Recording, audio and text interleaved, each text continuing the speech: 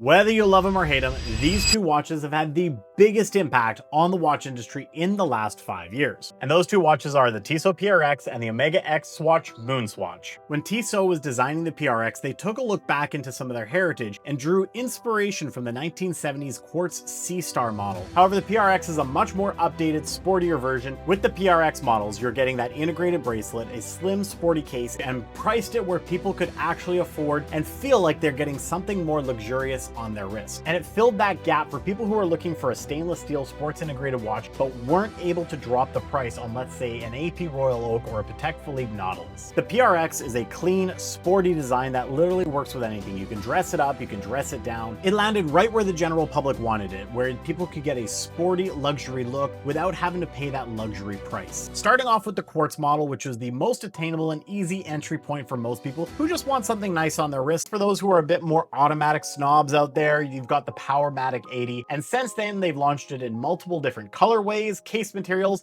and finally case shapes. You've got the 40mm, of course the 35mm, and now they just launched that Goldilocks version at 38mm. The watch community loves to hate on this watch. A lot of people feel it's a little too overhyped, there's way too many people who are buying this, and of course the real hardcore ones out there don't like the Powermatic 80 because it's got plastic parts and it takes away the romance of having an automatic watch. However, the PRX wasn't made for the purists out there. It was made to get more people putting watches on their wrist. And well, we gotta say, the PRX has done exactly that. It has been one of the most influential watches in the last 5 years. No one can really argue that point. And of course, we can't forget the Omega Swatch Moonswatch. It has had a massive impact on watch collecting in the last 5 years. The Moonswatch dropped in 2022 as a playful remix of the popular Omega Speedmaster Moonwatch, the watch that was originally worn on the moon. They took a relatively untouchable watch that the average person could only dream of owning and made it attainable. They launched it like sneakers. There was massive hype around this watch. People were lining up for sometimes days just to be able to get one, but it made the whole world pay attention. And at the end of the day, it's a fun, collectible watch that gives people a story that they could literally tell their friends that this is a similar watch to the one worn on the moon. Of course, there's always going to be some hate with a watch release like this, such as collectors saying it's just an overpriced piece of plastic, and some even felt that it maybe cheapened the Speedmaster name out there. However, what it really did was it pulled people together and had them actually start talking about watches again. And this watch was a gateway for a lot of people to start getting back into collecting watches. You cannot give too much hate for a watch that has done so much to expose watches back into the general public. So yeah, at the end of the day, the PRX made watches affordable again, and the Moonswatch made it exciting. So I'm curious, which watch do you feel made the most impact on the watch industry?